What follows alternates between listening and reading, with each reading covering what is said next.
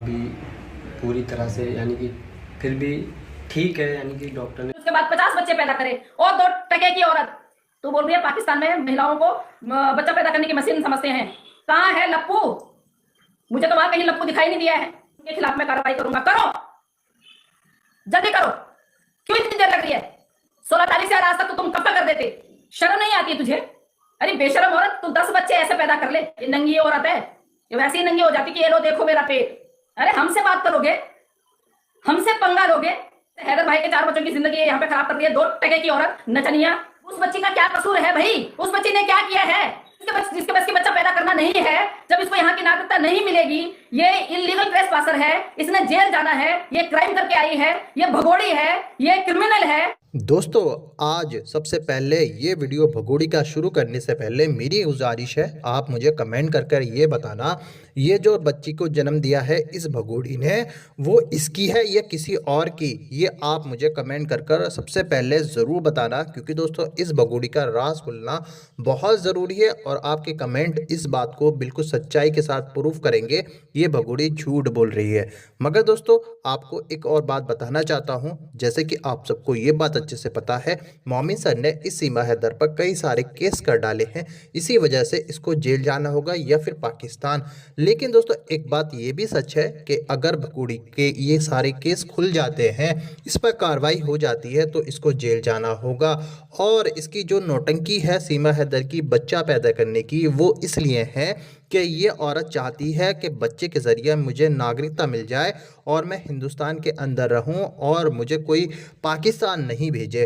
क्योंकि दोस्तों गुलाम हैदर भी इंडिया आ रहा है, क्योंकि उसको इसी महीने के आखिर तक वीज़ा मिल जाएगा। ईद से पहले हो सकता है वो इंडिया आए, अगर नहीं आता तो मोमिन मलिक सर खुद जाएंगे पाकिस्तान और गुलाम हैदर को अपने साथ लाएंगे। ये खबर खुद मोमिन सर ने अपनी लाइव में कही थी और इस बात का आप सबको अच्छे से पता ही होगा।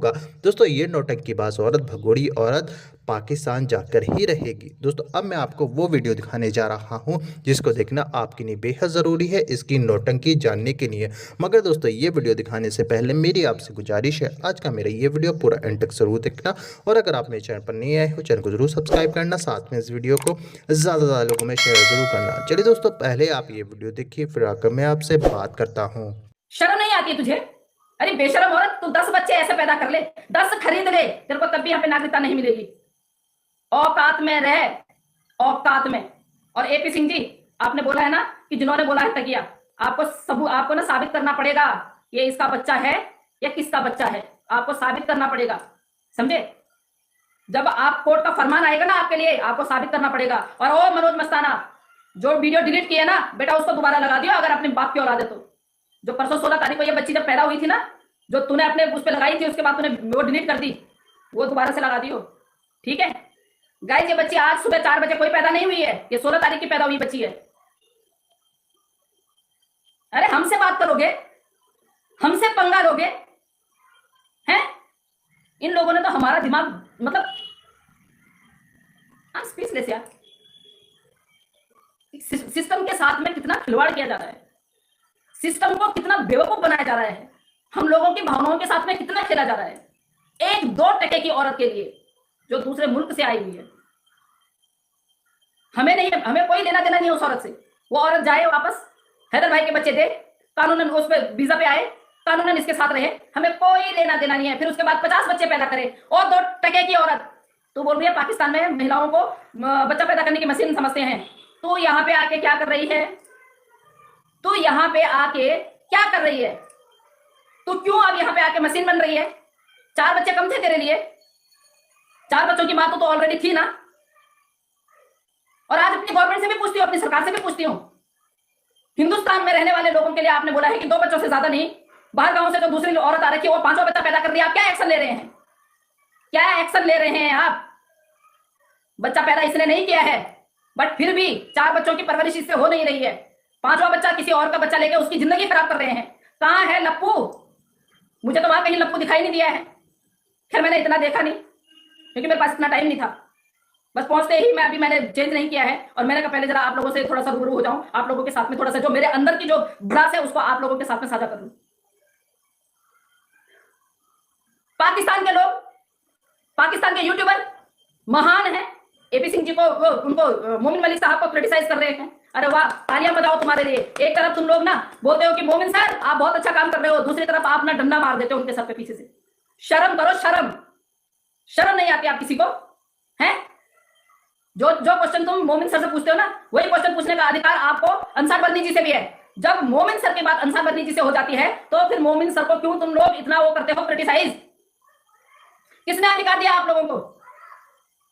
किसने अधिकार दिया आप लोगों को मोमिन सर को क्रिटिसाइज करने का? अब मैं आप सभी लोगों से पूछती हूँ, बोलती हूँ कि उनसे एपी सिंह जी से सवाल करिए, और ये मनोज मस्ताना है इसके उस पर जाके सभी लिखिए 16 तारीख की वीडियो वापस ला।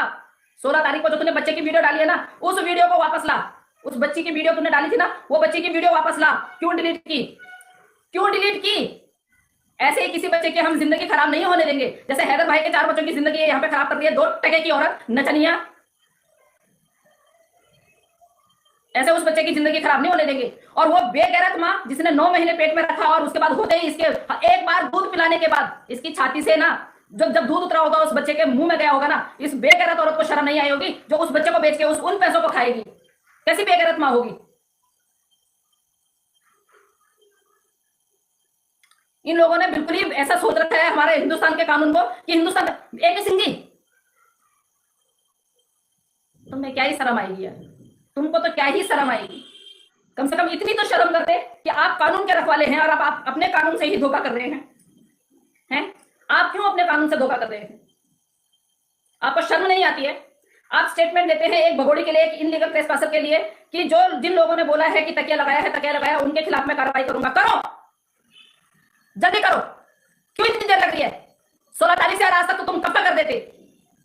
9 महीने से इसने बेवकूफ बनाया था। 9 महीने से तो आपको उसका पेट खोल के दिखा देना चाहिए था, क्योंकि आप लोग हो ही इतने बेशरम।